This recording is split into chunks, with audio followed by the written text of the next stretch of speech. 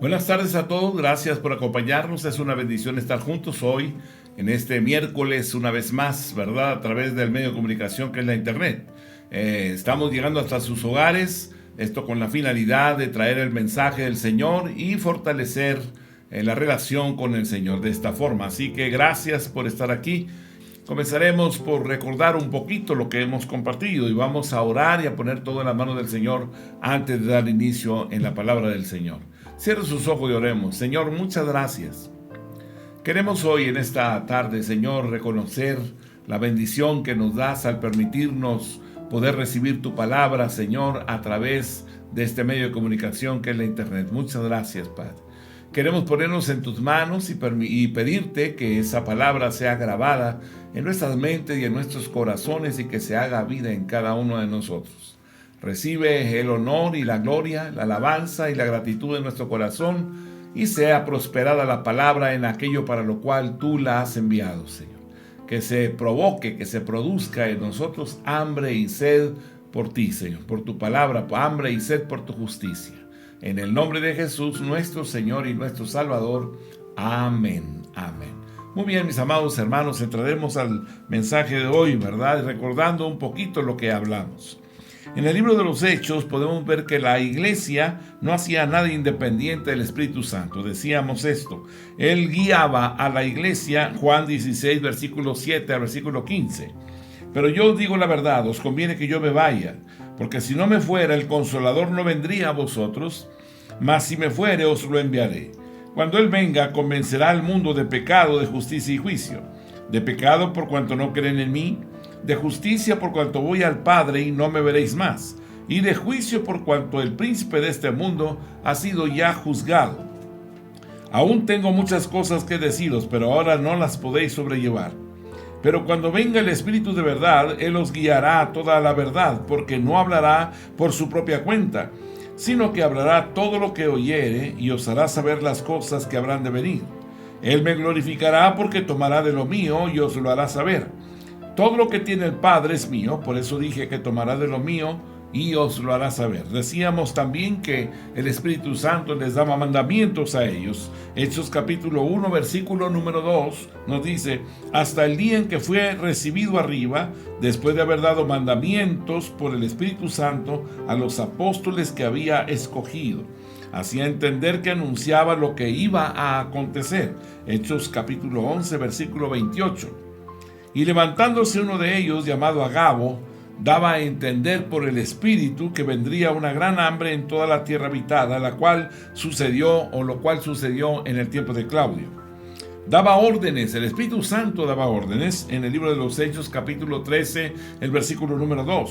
Ministrando estos al Señor y ayunando, dijo el Espíritu Santo: apartadme a Bernabé y a Saulo para la obra a que los he llamado. Y enviaba a los apóstoles a los diferentes lugares de acuerdo al propósito. Hechos capítulo 13, versículo número 4. Ellos entonces, enviados por el Espíritu Santo, descendieron a Seleucia y de ahí navegaron a Chipre. Ellos secundaban lo que determinaba el Espíritu Santo. Hechos capítulo 15, el versículo número 38. Pero a Pablo no le parecía bien llevar consigo al que se había apartado de ellos desde Panfilia y no había ido con ellos a la obra. El Espíritu Santo les prohíbe ir a los lugares que no estaban en su propósito en ese momento. Hechos capítulo 16, versículos 6 y 7. Y atravesando Frigia y la provincia de Galicia, les fue prohibido por el Espíritu Santo hablar la palabra en Asia. Versículo 7. Y cuando llegaron a Misia intentaron ir a Bitinia, pero el Espíritu Santo no se los permitió. Y también les advertía de los peligros inminentes a los cuales ellos iban a confrontarse. Hechos capítulo 20, versículo número 23. Salvo que el Espíritu Santo por toda la ciudad me da testimonio diciendo que me esperan prisiones y tribulaciones. La iglesia no tomaba decisiones del reino de Dios basadas en deliberaciones, tampoco en comités o en juntas o argumentando u opinando, sino que obedecían las instrucciones del Espíritu Santo. La iglesia no se guiaba por ideas, sino por la voluntad del Espíritu Santo. Juan capítulo 16, versículo 13. Pero cuando venga el Espíritu de verdad, Él os guiará a toda la verdad, porque no hablará por su propia cuenta, sino que hablará todo lo que oyere y os hará saber las cosas que habrán de venir. Juan capítulo 15, el versículo número 26. Pero cuando venga el Consolador, a quien yo os enviaré del Padre, el Espíritu de verdad, el cual procede del Padre, Él dará testimonio acerca de mí. El reino de Dios no está basado entonces en opiniones, en ideas o métodos humanos, sino en la sabia e inefable voluntad del Padre.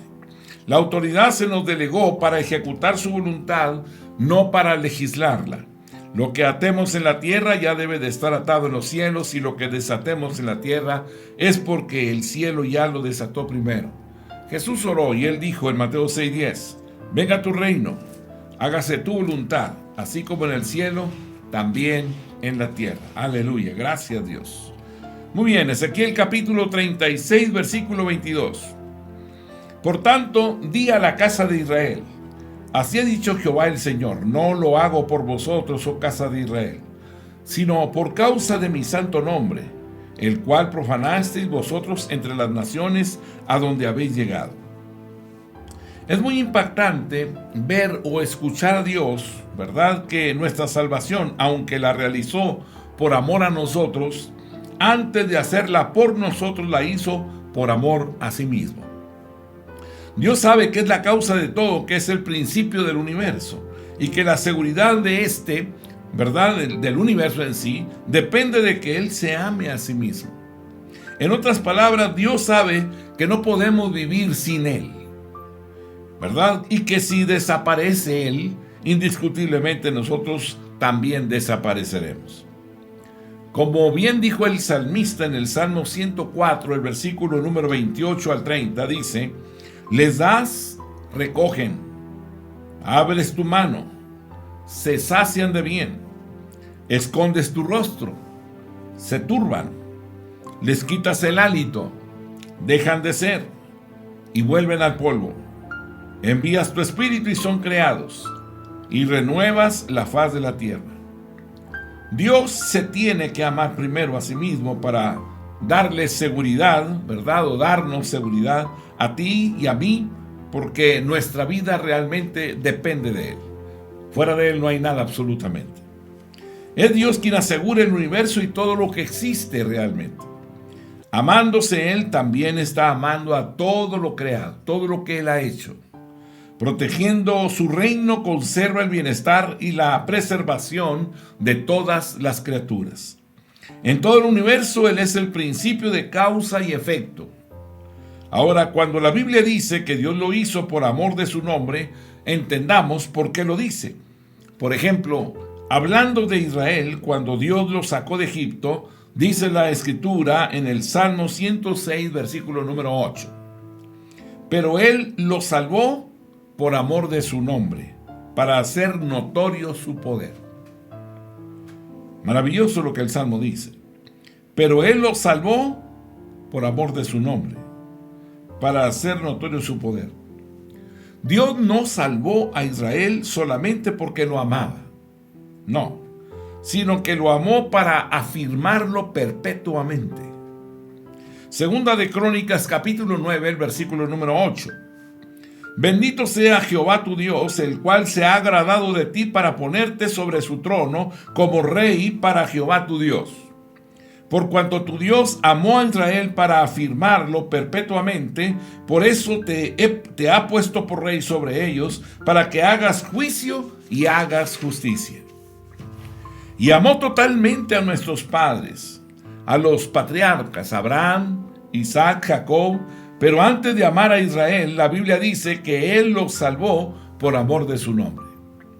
Es decir, que lo que motivó a Dios para sacar a Israel con brazo poderoso no solo fue cumplir con lo prometido de su pacto, por fidelidad, sino porque Él había puesto en ellos su nombre. Segunda de Crónicas, capítulo 33, versículo número 7. Además de esto, puso una imagen fundida que hizo en la casa de Dios, de la cual había dicho Dios a David y a Salomón, su hijo: en esta casa y en Jerusalén, la cual yo elegí sobre todas las tribus de Israel, pondré mi nombre para siempre. Y tenía que hacer notorio su poder. En otras palabras, Dios amaba su persona y tenía que glorificarse por amor de su nombre. La salvación de Israel es un tipo de nuestra salvación, pero también a nosotros nos salvó para manifestar su poder. En Efesios dice que Dios nos salvó, Efesios capítulo 2, el versículo número 7, para mostrar en los siglos venideros las abundantes riquezas de su gracia en su bondad para con nosotros en Cristo Jesús. Por tanto, el hecho portentoso, la acción gloriosa de Dios de salvar nos beneficia a nosotros, pero en última instancia Dios lo hizo para hacer notorio su poder por amor de su nombre, para manifestarse, para revelarse, para decir: yo soy el que soy, mírenme a mí. Éxodo capítulo 3, versículo número 14. Y respondiendo Dios a Moisés: yo soy el que soy, y dijo: así dirás a los hijos de Israel: yo soy, me envió a vosotros. Yo soy la causa de todo. Yo reino, yo gobierno, yo fui el que hizo el universo. Yo soy el que lo sostengo. Porque Isaías 43:10 nos dice: vosotros sois mis testigos, dice Jehová, y mi siervo que yo escogí, para que me conozcáis y creáis y entendáis que yo mismo soy. Antes de mí no fue formado Dios, ni lo será después de mí. Como una consecuencia nos benefició a nosotros, pero nosotros no éramos lo más importante, porque la causa primera es el amor, y es el amor a su nombre. De la salvación de su nombre depende la seguridad de todo el universo. Salvándose a sí mismo, Él está salvándolo todo. Ahora, cuando hablamos del concepto más bien de salvarse a sí mismo, nos referimos a la vindicación de su nombre por causa de la campaña que Satanás ha emprendido contra él y su reino. Cada vez que Dios hace algo por él, lo está haciendo por ti y por mí, aunque lo está haciendo en el cielo, porque la Biblia dice que en Cristo Él ha reunido todas las cosas, así las que están en los cielos como las que están en la tierra. Efesios capítulo 1, el versículo número 10. De reunir todas las cosas en Cristo, en la dispensación del cumplimiento de los tiempos, así las que están en los cielos como las que están en la tierra. Así que somos bienaventurados si entendemos esto. Creemos que entendemos, pero al final, al ser impactados por esta verdad, solo podemos decir, como dijo el apóstol Pedro, ya convencido, Juan capítulo 21, el versículo 17. Le dijo la tercera vez: Simón, hijo de Jonás, ¿me amas? Pedro se entristeció de que le dijese la tercera vez: ¿me amas? Y le respondió: Señor, tú lo sabes todo. Tú sabes que te amo. Jesús le dijo: apacienta mis ovejas. Dios quería hacer notorio su poder para que la gente viera que hay un solo Dios, y aunque en la tierra el hombre adore a un montón de dioses, solo hay uno Dios, el Dios verdadero, y es Él. Salmo 24, versículo número 1. De Jehová es la tierra y su plenitud, el mundo y los que en él habitan. No hay más. Si él tuviera hambre, no te lo diría a ti ni a mí, porque de él es todo lo que existe. Salmo 50, versículo 12. Si yo tuviera hambre, no te lo diría a ti, porque mío es el mundo y su plenitud. Los demonios y los dioses falsos no tienen derecho a ser adorados. Solamente el nombre de Jehová debe ser amado y respetado, porque es el Dios vivo, el Altísimo. Si lo analizamos en última instancia, Israel simplemente fue un vaso, fue un instrumento para Dios darse a conocer en Egipto, en las naciones y también a través de la historia. Dios es el único soberano. La Biblia dice que él endureció a Faraón vez tras vez para que no dejara ir a su pueblo, para poner las cosas más difíciles y poder manifestar más poder y hacerlo todo más notorio. En el momento parecía una contradicción y hasta el mismo Moisés manifestaba no entenderlo. Éxodo capítulo 5, el versículo número 23. Porque desde que yo vine a Faraón para hablarle en tu nombre, ha afligido a este pueblo y tú no has librado a tu pueblo. ¿Verdad? He ido a hablar, he hecho lo que tú me pides, pero las cosas cada vez que voy se ponen peor. Pero Dios lo hizo para que no hubiera dudas de que Él, Romanos 9:18, de manera de quien quiere tiene misericordia y al que quiere endurecer, lo endurece. Esto no era una magia, sino el poder del Dios verdadero. Por eso los magos pudieron imitar la primera plaga, la segunda quizás y parte de la tercera. No pudieron ya seguir imitando lo que Moisés hacía. Éxodo 7:22. Y los hechiceros de Egipto hicieron lo mismo con sus encantamientos, y el corazón de Faraón se endureció y no los escuchó como Jehová lo había dicho. Éxodo capítulo 8, versículo 7 y versículo 18. Y los hechiceros hicieron lo mismo con sus encantamientos, e hicieron venir ranas sobre la faz de la tierra de Egipto. Y los hechiceros hicieron así también para sacar piojos con sus encantamientos, pero no pudieron. Y hubo piojos tanto en los hombres como en las bestias. Pero no pudieron seguir, sino le dijeron a Faraón: esto no es magia. Porque si aquí en Egipto, que somos los expertos en hechicería, no podemos imitar eso, quiere decir que Éxodo 8:19, y lo dice de esta forma: entonces los hechiceros dijeron a Faraón: dedo de Dios es este. Mas el corazón de Faraón se endureció y no los escuchó como Jehová lo había dicho. Esto no es otra cosa que el poder del gran Dios Todopoderoso. El nombre del gran Yo Soy fue glorificado. Éxodo capítulo 3, versículo 14. Y respondió Dios a Moisés: yo soy el que soy. Y dijo: así dirás a los hijos de Israel: yo soy, me envió a vosotros. Israel fue el instrumento nada más, por eso permitió que vivieran más de 400 años de esclavitud.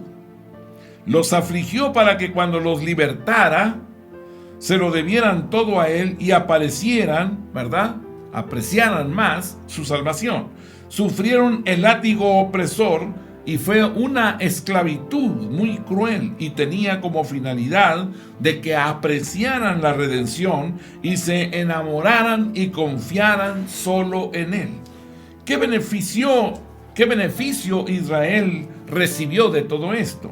Sí, Israel recibió mucho beneficio a través de todo lo que era la experiencia de la relación con Dios cuando ellos salieron de Egipto. Y esto porque cuando Dios se ama a sí mismo y hace algo por sus propósitos, nos beneficiamos todos. Y Dios estaba haciendo algo por amor de su nombre. Entendemos que nosotros ya no vivimos para nosotros, sino que estamos incluidos en Él. Si está haciendo para Él, ¿verdad?, algo, nos favorece a nosotros, porque nosotros ya no existimos, realmente estamos y somos de Él. Cristo dijo esto, ¿verdad?, en Juan capítulo 17, el versículo número 21. Para que todos sean uno, como tú, oh Padre, en mí y yo en ti, que también ellos sean uno en nosotros, para que el mundo crea que tú me enviaste. Somos participantes realmente de la naturaleza divina. El Señor dijo en Juan 14, versículo número 3: y si me fuere y os preparare el lugar, vendré otra vez y os tomaré a mí mismo, para que donde yo estoy, vosotros también estéis. También dijo en Marcos capítulo 3, versículo 35: porque todo aquel que hace la voluntad de Dios, ese es mi hermano y mi hermana y madre. Mateo capítulo 25, versículo 40: y respondiendo el rey les dirá: de cierto digo que en cuanto lo hiciste a uno de estos mis hermanos más pequeños, a mí lo hiciste. Cuando Cristo se manifieste, también nosotros seremos manifestados en Él. Y cuando venga del cielo, vendremos con Él, porque estamos escondidos y somos en Él. Y Cristo está en nosotros. Por eso, cuando Jesús se le reveló a Pablo, le dijo en Hechos 9:4, Saulo, Saulo, ¿por qué me persigues? Sin embargo, la Biblia dice que Saulo estaba persiguiendo a la iglesia. Hechos capítulo 8:1 y versículo 3. Hechos 8, versículo 1 dice, y Saulo consentía en su muerte. En aquel día hubo una gran persecución contra la iglesia que estaba en Jerusalén, y todos fueron esparcidos por las tierras de Judea y de Samaria, salvo los apóstoles. Y Saulo asolaba la iglesia, y entrando casa por casa, arrastraba a hombres y a mujeres y los entregaba en la cárcel. Hechos capítulo 9, el versículo número 1. Saulo, respirando aún amenazas y muerte contra los discípulos del Señor, vino al sumo sacerdote. Mas, ¿qué nos quiso enseñar el Señor a través de estos eventos? El Señor con eso, que Saulo, al perseguir la iglesia, quien estaba persiguiendo realmente, era al Señor Jesucristo. Todo lo que Dios hace a favor de Él mismo, lo está haciendo a la vez a favor de vosotros, pero tiene que pensar en Él, porque es la causa primaria y la esencia de todo. Sin Él no existe absolutamente nada. David le oró a Dios. Salmo 25, versículo 11. Por amor de tu nombre, oh Jehová, perdonarás también mi pecado que es grande. Y en Isaías, Jehová dice, Isaías 43, 25, yo soy el que borro tus rebeliones, por amor de mí mismo, y no me acordaré de tus pecados. Comparando el propósito y el sentido de cada versículo, vemos que David dice que Dios le perdonará su pecado, que es grande. Por amor de su nombre, dice. Y Dios mismo jura no acordarse no tan solo de ese pecado grande, sino menciona y dice que no se acuerda de ninguno de sus pecados. Y en adición a esto también borra sus rebeliones. Mas todo eso lo hace Dios por amor a sí mismo. Entonces, aprendemos por la palabra que cuando Dios me perdona, no lo hace por amor a mí, aunque el bálsamo restaurador de su perdón vuelva a dar vida a mis huesos, sino por amor a su nombre y por causa de su propósito. Y todos los redimidos podemos decirlo de esta manera. Amén. Aleluya. Muchas veces lloramos por nuestros pecados, agonizamos en nuestra aflicción. A veces nos golpeamos y lavamos nuestras inmundicias en la sangre de Jesús. Y después de haber afligido nuestras almas con arrepentimiento en nuestro corazón, sentimos la paz de ese perdón. Sentimos ese alivio que Dios da cuando nos perdona. Y en ese momento le decimos, gracias, Padre. ¿Verdad? El Señor responde, ¿te sientes bien? Bueno, pues yo me gozo tanto contigo, pero quiero que sepas que no lo hice tanto por ti, lo hice por mí, por amor a mí mismo. Luego le diremos cómo debiéramos decirle todos, Señor, síguete amando mucho, pues amándote a ti, así, ¿verdad? Me haces mucho bien a mí. Por tanto, cuando Dios nos perdona, lo hace por amor a sí mismo. Restaura y hace notorio su poder. Hace notoria su misericordia y su gracia para con todos. Ahora, no creamos que esto es egocéntrico de parte de Dios. Claro que no, al contrario. Es amor a la divina potencia. Debemos comprender en el Espíritu esto. Dios es el todo del cual nosotros somos una parte. Por esto, cuando el todo se ama a sí mismo, simultáneamente está amando a cada una de las partes que constituyen el todo. El pecado, aunque nos afectó a nosotros como parte del todo, afectó sobre todo al todo. Por ejemplo, el pecado destruyó la imagen de Dios en el hombre y dañó la relación entre el Creador y sus criaturas. Además, se perdió el dominio voluntario del gobierno de Dios en la vida del hombre. Ya sabemos que el pecado hizo daño a ambos, tanto al Creador como al hombre. Ahora preguntémonos a cuál de los dos afectó más. David, en la oración que hizo al Señor pidiendo perdón por sus pecados, dijo en el Salmo 51, el versículo número 4: contra ti solo he pecado, y he hecho lo malo delante de tus ojos, para que seas reconocido justo en tu palabra y tenido por puro en tu juicio. David tomó a una mujer que no era suya y mató a un hombre inocente. Sin embargo, ¿por qué le dice a Dios, contra ti solo he pecado? ¿No hizo daño a 2 personas más? ¿No destruyó un hogar? Si analizamos el pecado de David, veremos que no fue directamente contra Dios, pero en último análisis, ¿verdad? Todo pecado es solo contra Dios, aunque no haya daño directamente a nosotros. ¿Por qué? Porque solo Dios es santo, porque solo a Él hiere el pecado. El pecado es un atentado contra todo lo que Dios es y contra todo lo que es su propósito. Únicamente la naturaleza santa de Dios sufre lo que es en sí la naturaleza del pecado. Apliquemos esto a la redención del hombre y entenderemos por qué, haciéndolo por amor a sí mismo, lo estaba haciendo en última instancia a nuestro favor. Dios solo podía reinar, ¿verdad?, en la vida del hombre y tener relación con él quitando el pecado. No olvidemos que quitar el pecado era solo el medio. El fin era reconciliarnos con él para tener relación con nosotros y gobernar sobre nuestras vidas.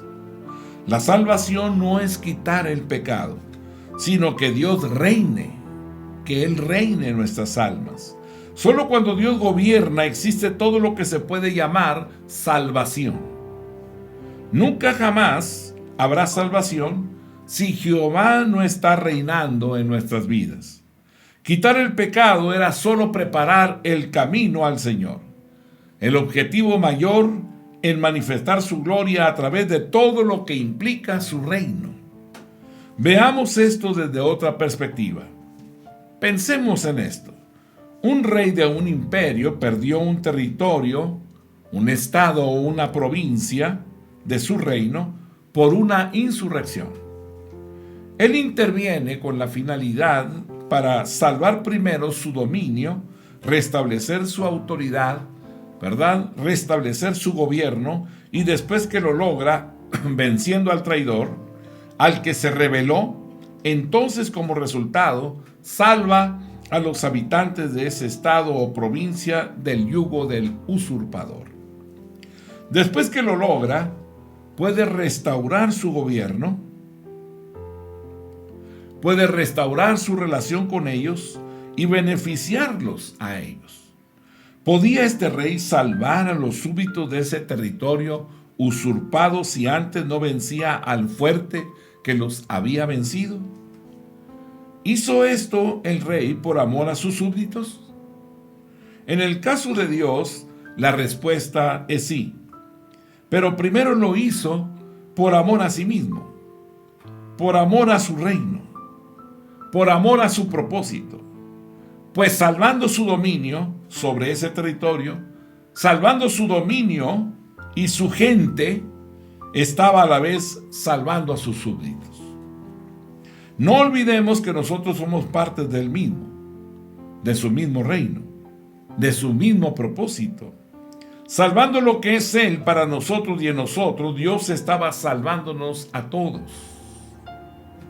Amándose a sí mismo, nos estaba amando a nosotros. El que era y es el todo se movilizó en el amado Hijo para rescatar la parte que se perdió del todo, o sea, nosotros, para reintegrarnos al todo, o sea, a Él.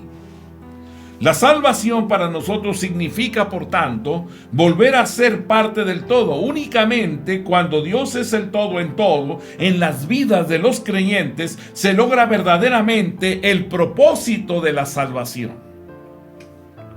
Así es que amándose Él me ama a mí. Parece algo extraño, pero así es. Es por esto que tanto tú como yo debemos estar convencidos de que Dios nos perdona y quiere perdonarnos. Ya todos aquellos pensamientos de rechazo y dudas acerca de su perdón han quedado a un lado, porque por amor a su nombre Él perdonará los pecados, aunque sean inmensamente grandes. Solo es abrir el corazón, creerle a Él, vivir para Él, abandonar esa actitud rebelde, esa actitud que se levanta contra lo que Él establece. Él escribió en Miqueas capítulo 7 versículo 19: Él volverá a tener misericordia de nosotros, sepultará nuestras iniquidades y echará en lo profundo del mar todos nuestros pecados. Por lo cual tenemos que correr y subirnos a las azoteas y publicar por todos lados que en Dios hay perdón para nuestros pecados. Cuando Dios te perdona, eso mismo te impulsa a salir por todas partes, por doquier, como hizo la samaritana, que dejándolo todo comenzó a llamar a los hombres. Juan capítulo 4, versículo 28. Entonces la mujer dejó su cántaro y fue a la ciudad y dijo a los hombres: nosotros también les diremos a todos: vengan, vean cuán bueno es Dios. En su presencia hay plenitud de gozo y delicias a su diestra para siempre. Ha borrado nuestras rebeliones y no se acordará ya más de nuestro pecado. Y si Dios me perdonó a mí, que era el peor de todos, también te perdonará a ti. Ven a Él, corre a Él, búscale porque hoy está cercano. Y si la persona lo cree, que está cercano por el Espíritu Santo, el Señor la salvará también. Luego ésta sale también haciéndole propaganda a Dios, porque ha probado su perdón y ve a millares que lo necesitan. Entonces, cuando el diablo viene con mentiras, buscando nuestra vida y respirando crueldad, le podremos decir: no, Satanás, Jehová te reprenda, porque han sido perdonadas todas mis iniquidades y mis pecados han sido cubiertos con la sangre del Cordero por amor a su nombre. Así que quítate, me eres tropiezo. Y el reino de Dios se establecerá una vez más. Y así sucesivamente seguirá hasta ser Él el todo en todos. Esta es la razón. Por amor de su nombre nos salvó. Por su reino. Por su palabra, por su verdad. Cuando se llega a la convicción plena de que hay ciertamente perdón en Dios, no valdrá la pena ni siquiera preocuparnos por nosotros mismos. No valdrá la pena ni afligirnos tanto ni cuidarnos, pues el Señor está en control. Pero si nos sumergimos en nuestras penas, no con humildad, sino con autoconmiseración y repitiendo: yo soy un miserable, soy desdichado, no merezco el perdón, no merezco nada, nunca experimentaremos el bálsamo consolador de su amor, pues nos encontramos concentrados en nosotros mismos. Olvidémonos de nosotros y pensemos en Dios. Hagámonos uno con Él. Que no aparezcamos nosotros sino Él. Apareciendo Dios, en nosotros seremos salvos. Cuando los problemas nos perturban, cuando experimentamos el insomnio por los asuntos pendientes, es porque pensamos en nosotros. Debemos de pensar en Él. Es la única forma en que podemos al día siguiente tener fuerzas. Hagamos una vigilia y veremos cómo recuperamos la energía y nos llenamos de ella y la experimentamos todo el día. Desvelarse con Dios es un refrigerio para aquellos que son espirituales. Moisés permaneció 40 días y 40 noches en el monte, sin comer, sin beber. Éxodo 24:18. Y entró Moisés en medio de la nube y subió al monte, y estuvo Moisés en el monte 40 días y 40 noches. Cosa que es muy difícil hablando humanamente, pero se logra en la presencia, porque cuando Dios te absorbe y te traga como una aspiradora, no apareces más, sino Él. Entonces, fortalecido en Él, vienes para hacer la voluntad de aquel que te llamó. El problema eres tú mismo. Es estar pensando tanto en ti, en los achaques, en los dolores, en tus cosas. Olvídate de ti. Piensa en Dios y tu problema estará resuelto ahora. No es que te desentiendas de la vida y no enfrentes con responsabilidad tu función en el hogar y en la sociedad. No. Hay una forma mejor de pensar en Dios sin romper el orden establecido en la sociedad. El cristiano tiene que ser responsable en todo. Pues una vez que Dios te absorbe de manera tal que no aparezcas más y Dios sea el todo en tu vida, todo estará en perfecto orden. Y no estamos hablando de que no tendremos problemas, sino de que nos elevará por encima de ellos, porque esta es una ley espiritual muy elevada, donde podremos alabar a Dios en el dolor. Y esto es lo que muchos no entendemos. Dios es la causa de todo. Por Él vivimos y nos movemos y somos. Hechos 17:28. Porque en Él vivimos y nos movemos y somos, como algunos de nuestros propios poetas también han dicho, porque linaje suyo somos. Salmo 91, versículo 1 y versículo 4. El que habita al abrigo del Altísimo morará bajo la sombra del Omnipotente. Con sus plumas te cubrirá, y debajo de sus alas estará seguro.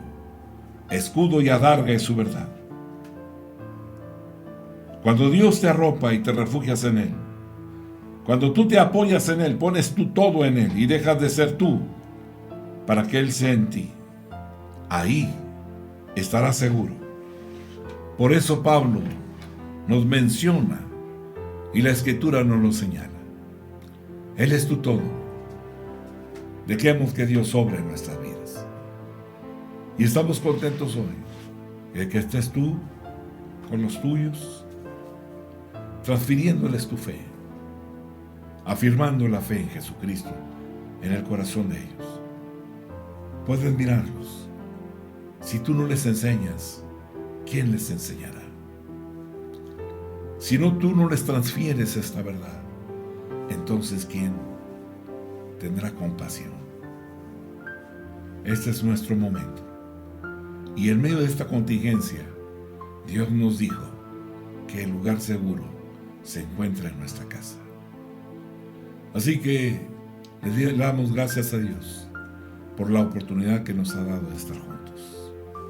El Dios del cielo y de la tierra te guarde a ti y a los tuyos.